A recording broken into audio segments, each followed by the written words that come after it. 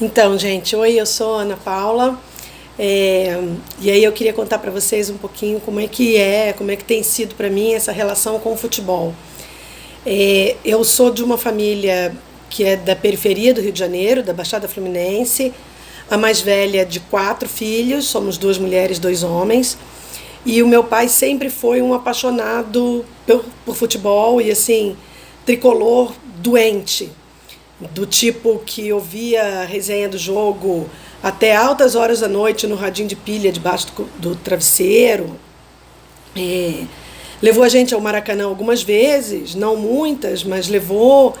E o disquinho lá, o compacto simples, com o hino do Fluminense, tocava religiosamente naquela casa, é, quase todo fim de semana e tal. E aí aconteceu que ele acabou tendo 2 filhos não tricolores. Eu, que sou flamenguista, e meu irmão, que é vascaíno. Um dos meus irmãos é vascaíno. Mas como é que é essa história? A gente jogava futebol em casa, né? A gente morava em casa, com rua, com um monte de amigos e tal.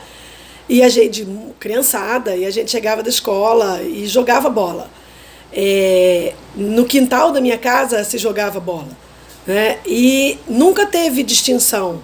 Jogavam meninos e meninas, time misto, e era um rachão com bolada para todo lado, e é isso mesmo.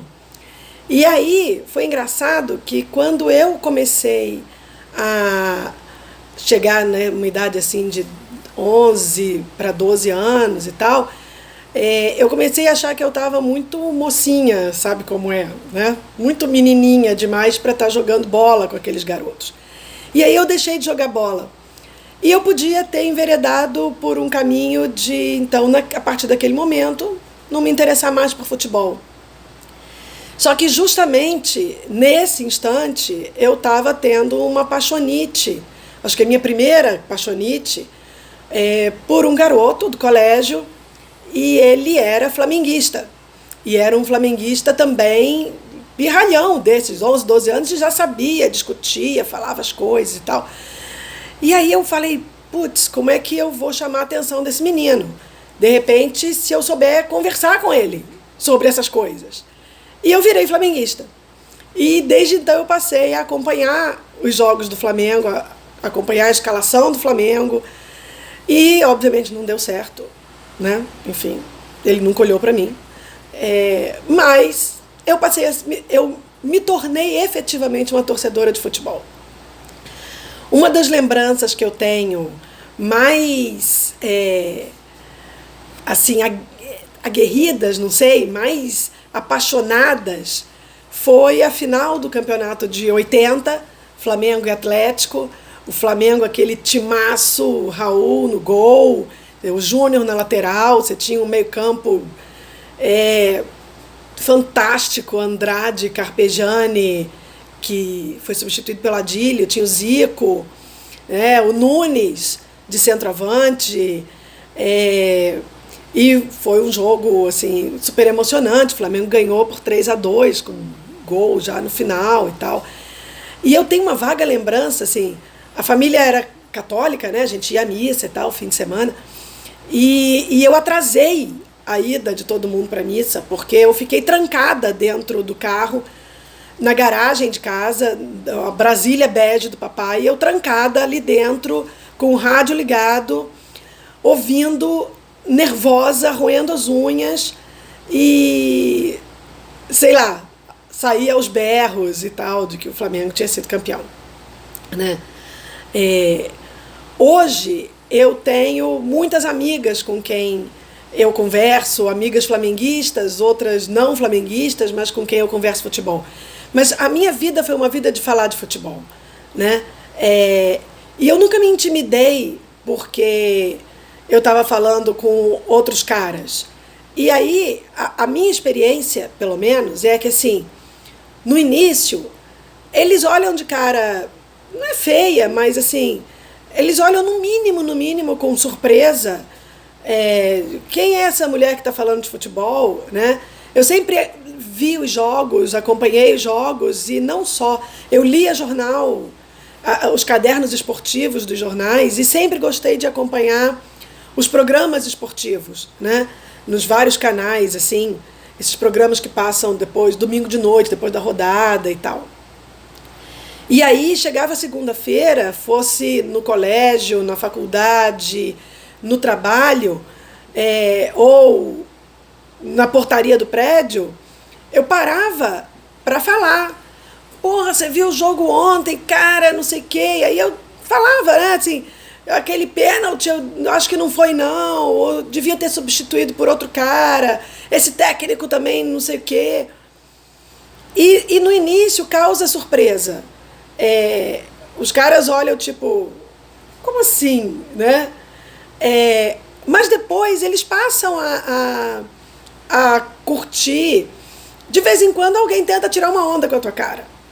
Mas quando vê que você de fato acompanha, eles fazem no mínimo uma cara meio condescendente, de dizer, pô, você sabe mesmo, né? Uma outra coisa, assim, eu aprendi muito de futebol nessa coisa de ver os programas, de ouvir os comentaristas, né? E de ler os jornais. Então, saber o técnico que está sendo substituído, que vai cair, saber o jogador que foi vendido, lembrar, eu tenho boa memória, então às vezes aí eu vejo um jogo com alguém, eu digo, pô, esse cara não estava no São Paulo no ano passado, né? Então, assim, isso aí é uma coisa que você vai tendo com o tempo. E eu sempre odiei ver jogo de futebol com gente do lado que não curte futebol, ou que não está acostumado, e que fica dando pitaco errado, assim. Então eu lembro uma Copa, não lembro se foi... Não foi de 98, acho que foi a de 98. Eu estava casada com um cara que não é mais o meu marido hoje é o cara com quem eu vejo futebol e converso futebol, a gente vê Série B na televisão, mas eu era casada com um cara que quando casou comigo não sabia nem quantos jogadores tinha de cada lado, não sabia nada. E eu tenho 2 filhos que eu amo, adoro, 2 filhos adultos, homens, que não ligam para futebol, não gostam de futebol, não acompanham futebol. Mas beleza. Em ano de Copa, todo mundo gosta de futebol. Todo mundo vê jogo, todo mundo não sei o quê, todo mundo dá palpite. E aí, a gente estava... Meu ex-sogro estava vendo também e tal. E o Brasil perdeu. Acho que foi o jogo que o Brasil foi eliminado. Então não foi 98 não, porque não foi a final. Ou foi, não lembro.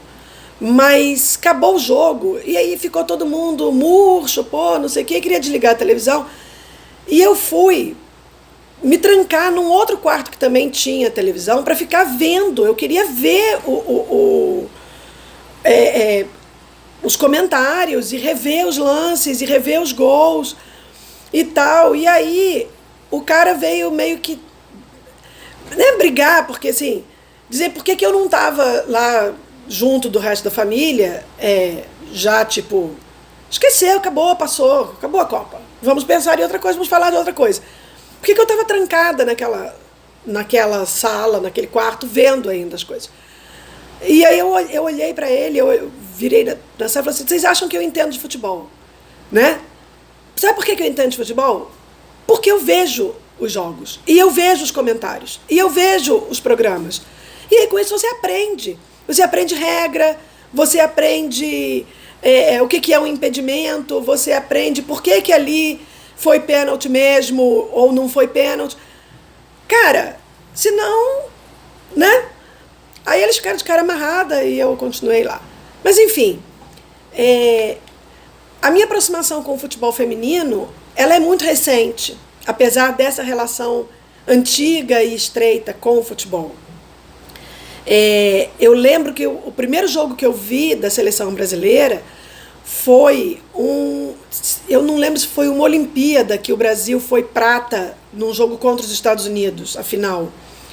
E eu fiquei muito fascinada, porque eu achei que as meninas jogavam muito bem. A Marta já estava lá, né? Hoje eu ainda acompanho menos do que devia.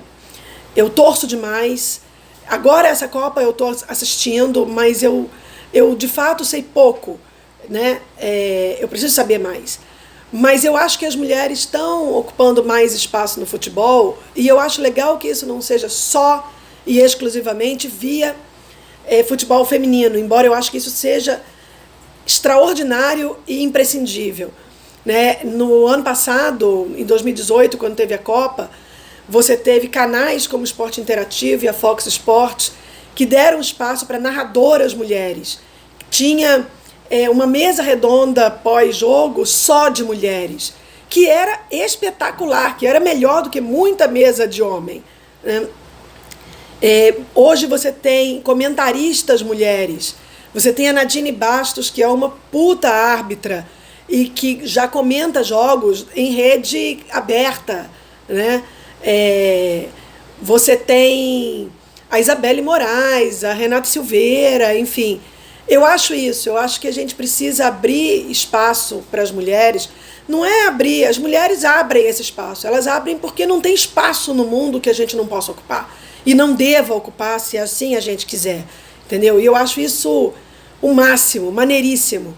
A gente tem que ser, sim, tem que ser técnica, tem que ser dirigente, tem que ser árbitra, tem que ser bandeirinha, tem que ser jogadora, tem que ser o diabo a quatro, porque o mundo é nosso também.